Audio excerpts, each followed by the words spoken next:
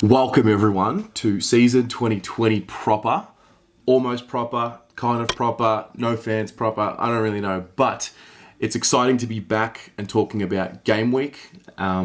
Yes, we want to take a moment to acknowledge COVID-19 and the effects that that's had, and as it stands at the recording of this video, it looks like there's going to be games with no fans, and look, the reality is we're all just going to have to adjust to how it is. It does take a little bit of a dampener out of going to round one, and obviously tickets have been bought and whatnot, but I think at times like this you've really got to focus on the optimism, because all there is out there is fear and negativity. And so the purpose of this is to really preview the season and have everything resume as normal, and then we'll just adjust day by day. Who knows, by the time you're listening to this, season could be cancelled, it could be postponed, but nevertheless, I want to give you my predictions for this season. I want to go through a few themes, and I'm excited. It's been a great pre-season, obviously being back in the country, getting amongst every single bit of the pre-season as possible. Kudos to the club for giving the fans access to those open sessions. It's been a really good insight for myself, obviously really diving deep and analysing as much as I could. And you would have seen that with a lot of the player previews, which were finally finished. They take a while to get done, but it was all good, and I'm just excited. You know, we're back, and you know, there's just that bounce in the step. We start at 0, everyone starts at 0, and we go from there. And you know, destiny's really in our hands.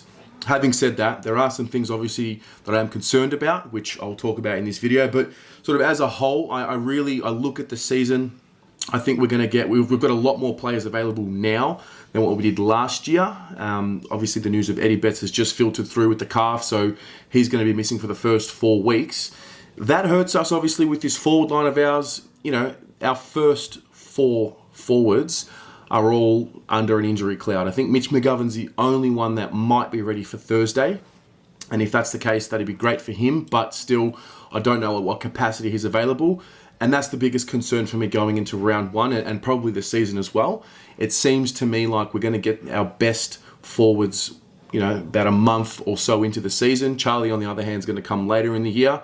And therefore, I just think we're not going to be at our optimum right away. We might struggle a little bit to score in those first few rounds against, when you look at Richmond, for example, there's a great defensive unit. And so I think it's going to be a bit of a challenge early. But I'm still feeling like we're going to have to weather the storm there, and I really do feel like we're going to come home stronger.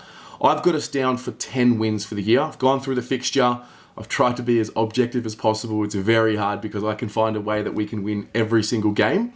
But I'm going to predict that we're going to win 10 games this year. Now, where does that put us on the ladder? I'm not really sure. I feel like it's going to be in that 10 to 15 range, somewhere in between there. But that's really the ballpark. I think for me, looking at this year, and yes, understand, you know, we all want to play finals footy. We want to rise up the ladder.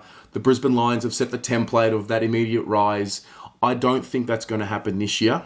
I'd love to be proven wrong. I want to see incremental improvements across the board from our list. I think last year I went into the year wanting X player to really rise and become an A grader and whatnot. Whereas this year I want to be talking about 10 or 11 or 12 players who all got better as the season went on from start to finish. And that's probably something we struggled with last year as a whole. There weren't, I think, you know, I can probably count them on one hand, maybe 6 players, 7 players who really, from where the season started in 2019 to where it ended, could say that they improved. And that was a bit alarming for me. So this year, that's the main point for me. I want to see a 3 to 5% increase in productivity from all the players across the board. And I think that will have a compounding effect going into 2021. Then we start talking about free agency and trade period and whatnot. But before we get there, yeah, look, you know, the excuses are becoming less and less available. You know, we're a very passionate club. We're a club that demands success. It's rich in our history, and I never want to settle for anything less than, you know, a premiership aspiration. And I guess for the players, the idea is what I've been hearing from, you know, Cripps when I hear him address the group, and when I hear the messages of we don't want to put a limit on what we can do. First year players, don't just think because you're a first year player that you can't crack into the side.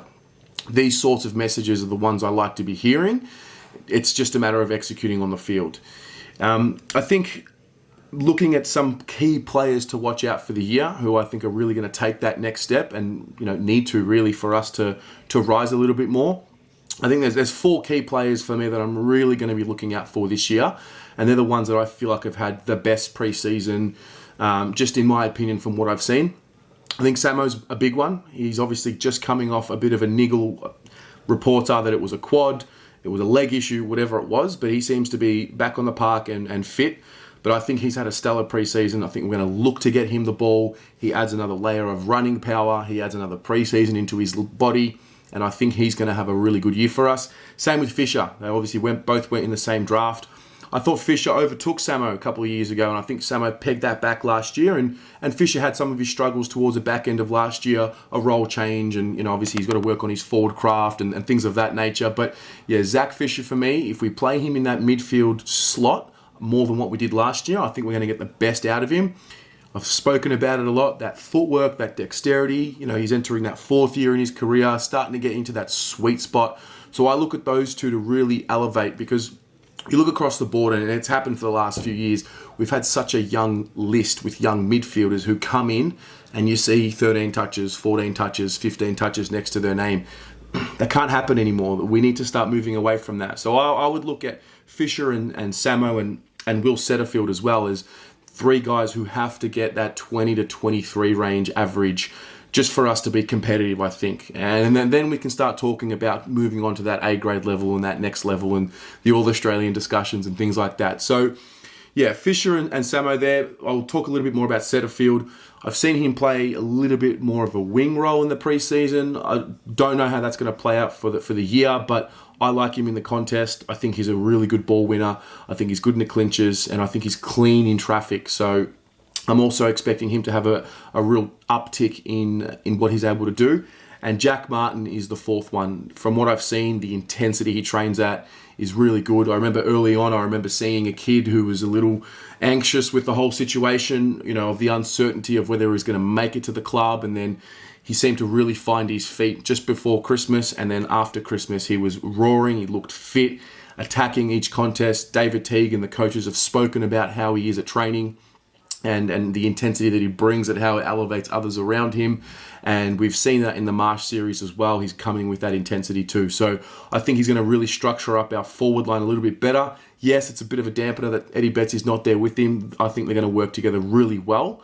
And yeah, I expect a pretty good year from Jack. In terms of what it looks like from numbers, I don't know, I think I just want to see him kick a goal or 2 a game, get those 18 to 20 touches, because I think he will play throughout the midfield for some portion of games, but don't know how much yet. There will be some sort of a split. But that's how I see his year playing out. Now, obviously, there are a lot of players who are important to what we do and who are coming up for big years. Sam Doherty is obviously back. Big year for him. He straightens us up. Jacob Wiedering, that next level that we want to see from him. We know what Walsh can do. We know what Cripps can do. But those 4 players that I mentioned are the ones to look out for, in my eyes, for what I've seen in the preseason. I was going to put Lockie O'Brien in that list as well, but I didn't. I saw that he missed a few games towards the end of the Marsh series, but I think he's another one I might add to the mix as well as one to watch, because he's definitely shown a capability to take that next level. In terms of the best and fairest, who's going to win the best and fairest? It's obviously been the Cripps show for the last few years, although Ed Kerno came super close. I am going to go away from Cripps this year, and I'm going to say Sam Walsh will win the best and fairest. I just think, he's done all the preseason sessions. His intensity is there. Obviously, the leadership aspirations are there. I think he's a real unique player. I mean, we know that he's a very unique player based on what he's been able to do in such a short time. But I think with his 2nd preseason under his belt, not knowing how much he was doing of it last year, but he definitely did every session that I saw this year. And, the want and the aspiration, he's got captains around him and a leadership group around him. He's got the right environment around him to take care of the off-field stuff. In combination with he himself is just a great off-field leader, is from what it seems. So I think his game's going to go to another level. And he's only going to get more comfortable, and I think he's in for a ripping season. So Sam Walsh to take the best and fairest away from Patrick Cripps, and will be just as gobsmacked as what we were in 2019 when he won the Rising Star and had the year that he did. Leading goal kicker, I think it'll be Harry Mackay. I think Charlie's going to come back too late in the season. I don't know if Mitch McGovern is a bulk goal kicker for a year. I would love him to be. But my gut feeling tells me that Harry will be back in or about round 3 or 4. And then I think he'll kick somewhere between 26 to 33 goals, somewhere in between there. And, I would have liked to see him get to that 40 mark, but because of the games I think he's going to miss early in the season, I'm going to put him down as our leading goal kicker and go from there. And, look, it's going to be a year where I think we're going to get a taste of what we can do. I don't think the finals aspirations that we all want are going to be there this year. Again, would love to be proven wrong. It's not out of the realm of possibility, but just looking at the teams around us in the competition, they've all gotten better. You look at the teams fighting for that 8th spot, you could list 5 or 6 of them. So I think we're, a level or 2 behind them, but I definitely want to see us get out of this bracket at the bottom, and then we really set ourselves up for next year and the years after that. Obviously, for us, we're not a team where you can. It's been proven we're not a team where you can take too many of our better players, and the rest of the guys lift too much. When you miss your first 4 forwards for round 1 and maybe round 2 and 3 as well, then it adds that extra bit of pressure, and it's going to be a bit of a struggle for us to score. And having said that, let's say all the forwards were available. We haven't even seen them work yet. They've only played 8 games together in terms of the 3 key forwards of Harry, Charlie and Mitch. So they've still got to work themselves out as young fellas, and then obviously as a trio as well. So that's how I see the season playing out. I'm very excited. There's nothing in life like the footy season. The footy, it's part of our identity as Melburnians, and for the most part as Australians. And when I was living overseas, footy was, and the Blues it was a way for me to hold my identity. It's really what I stuck with. When you're in an environment where you're a little uncomfortable, you really realize what you love and cherish. And for me, it's this football club. You see the efforts that we go to on the channel to get all this content out. I mean, you have to be pretty committed to get all of this stuff out. But I've just really enjoyed the landscape of how things have changed. And I've enjoyed watching, these young boys who are now starting to grow into young men. It's been a really good journey. Yes, we've had some tough times. Yes, there have been some doomsday scenarios. But, if you've got no hope, what do you have? And I don't think we have no hope, because I do look at the list. I look at it overall on a high level, and I see potential. I see future. I see growth. And I see, a really exciting team in 2020. What about you? What are your predictions? Leave them in the comments below. It'll be good to see when we all revisit these at the end of the year, how right or how wrong we were. I'm probably more wrong than what I am right, but anyway, I'm willing to put myself out there and see what happens. So put a prediction down below for wins, best and fairest, goal kicker, and give me a most improved for the year. That's how I see it. Looking forward to the season ahead, and go the Blue Boys.